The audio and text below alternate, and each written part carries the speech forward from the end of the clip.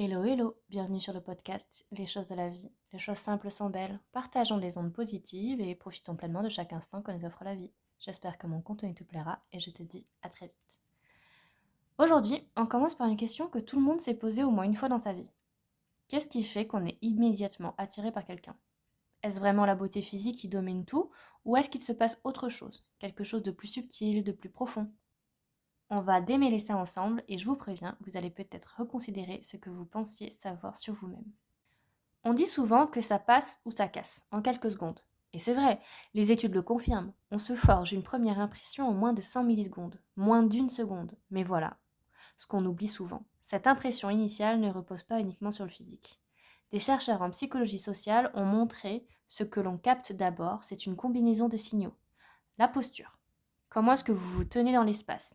Est-ce que vous prenez de la place? Est-ce que vous vous effacez? La voix, son timbre, son rythme, sa chaleur et les yeux. On sous-estime énormément les regards. Le physique compte, évidemment, ce serait naïf de le nier, mais il agit comme une porte d'entrée, pas comme une destination. Ce qui décide si on reste, c'est ce qui vient après. Avez-vous déjà rencontré quelqu'un d'objectivement très beau ou très belle et pourtant rien? Pas de frisson, pas de désir de continuer la conversation. Et à l'inverse, quelqu'un d'ordinaire sur le papier et là, il y a une attraction inexplicable, presque magnétique. Ce phénomène s'explique en partie parce que les scientifiques appellent la présence charismatique.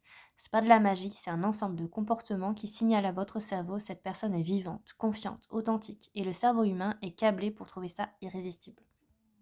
Il y a quelques ingrédients clés à ce charisme. L'écoute active, quelqu'un qui vous écoute vraiment, qui hoche la tête, qui pose des questions pertinentes, ça crée instantanément un lien. Il y a l'humour, pas forcément raconter des blagues, mais cette légèreté, cette capacité à ne pas se prendre au sérieux. Et la cohérence, quand les mots, le ton, le langage, le corps disent la même chose. On perçoit une forme d'intégrité, et ça rassure.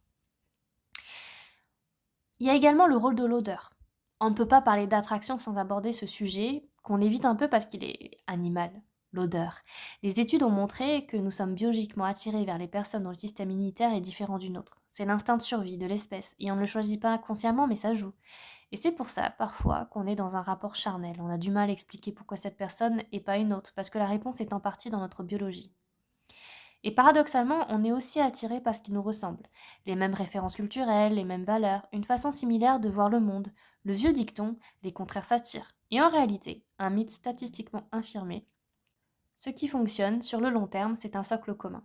Sur le court terme, la nouveauté peut attirer, quelqu'un de très différent de soi peut être fascinant, mais sans point de convergence, l'attraction s'épouse vite. Alors, qu'est-ce qu'on fait avec tout ça? Eh bien, premièrement, on arrête de se focaliser uniquement sur l'apparence, la nôtre et celle des autres. Travailler sa posture, sa façon de parler, sa curiosité envers les gens, ça c'est concret et transformateur. Deuxièmement, on apprend à observer. Quand quelqu'un vous attire, demandez-vous vraiment qu'est-ce que je capte chez cette personne? Est-ce que c'est son énergie, sa façon d'être, son regard? Comprendre votre propre boussole d'attraction, c'est mieux vous comprendre vous-même.